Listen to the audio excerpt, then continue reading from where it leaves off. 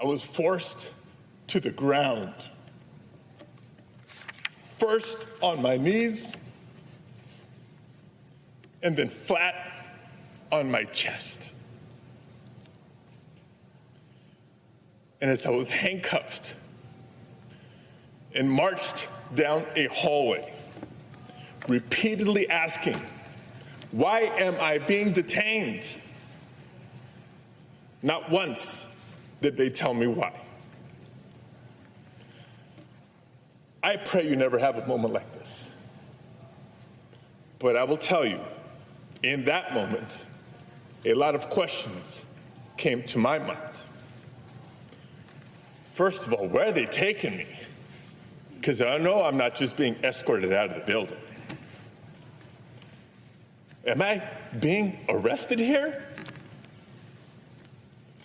And what will a city already on edge from being militarized think when they see their United States senator being handcuffed just for trying to ask a question? And what will my wife think? What will our boys think? And I also remember asking myself, if this aggressive escalation is the result of someone speaking up against the abuses and overreach of the Trump administration, was it really worth it? But colleagues, how many Americans in our nation's history have marched, have protested, have shed blood, even lost their lives to protect our rights? How many Americans have served in wars overseas to protect our freedoms here at home?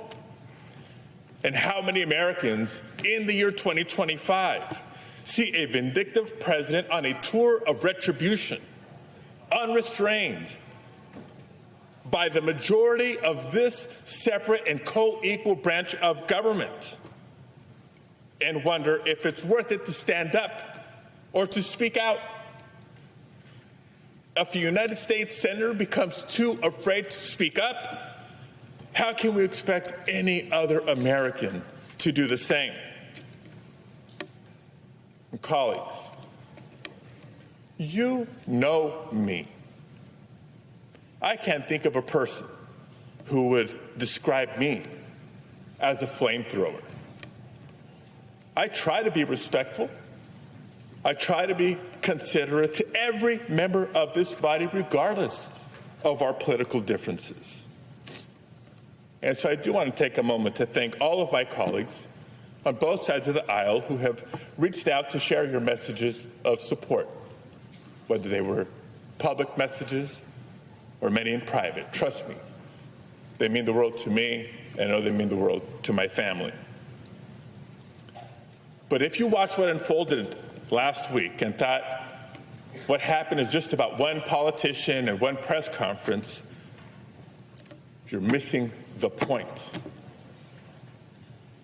If that is what the administration is willing to do to a United States senator for having the authority to simply ask a question, imagine what they'll do to any American who dares to speak up. If what you saw happen can happen when the cameras are on, imagine not only what can happen, but what is happening in so many places where there are no cameras. Colleagues, this isn't about me. In fact, it's not just about immigrant communities or even just the state of California. It's about every single American who values their constitutional rights.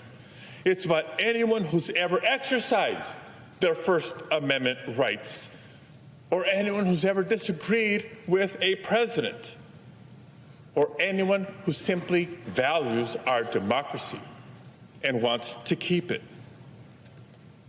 Now, the president will tell you that this is just about undocumented immigrants, about law and order, and about targeting dangerous violent criminals. If it was just about targeting dangerous, violent criminals, there would be no disagreement, there would be no debate. But we know differently. We don't think, we know differently. Public data released by the administration shows that the majority of immigrants currently in ICE custody have no prior criminal conviction. And new reporting shows that less than 10% of immigrants taken into ICE custody since October have no serious criminal convictions. Less than 10%. But a couple of weeks ago, it seemed that Donald Trump was at the lowest point of his presidency so far. He was drowning in a week of terrible headlines. The American people were finally waking up to the realities of the budget reconciliation bill that will cut health care, nutrition assistance, and good-paying clean energy jobs while reducing the tax burden on billionaires. He was losing his tariff wars as the costs for everyday goods were continuing to rise. His promises to end Russia's invasion of Ukraine were falling flat, and he'd been handed loss after loss in federal court. He even had a very public breakup with Elon Musk. And I mention this only because we know what happens when the headlines turn on Donald Trump. When Donald Trump is having a bad week, he turns to the same tired playbook he always has. When in doubt, scapegoat immigrants and manufacture a crisis to distract the media from what's going on. That's the reason. And this is Senator Alex Padilla for the first time on the floor of the Senate talking about the incident. He went to a press conference with Homeland Security Secretary Kristi Noem. He was pushed to the ground, handcuffed, and taken down the hallway, very emotionally speaking about that moment, saying, "I was pushed and pulled, struggling to maintain my balance, forced to the ground, first to my knees and flat on my chest, and thinking, what will my wife and our 3 boys think?" But he raises some larger questions as well, particularly about whether or not the president of the United States, against the expressed wishes of a governor and a mayor, can call in the National Guard. I want to bring in former Republican governor of Ohio, John Kasich, an MSNBC political analyst. This was not a video anyone wanted to see. I think, Governor, let's just say that.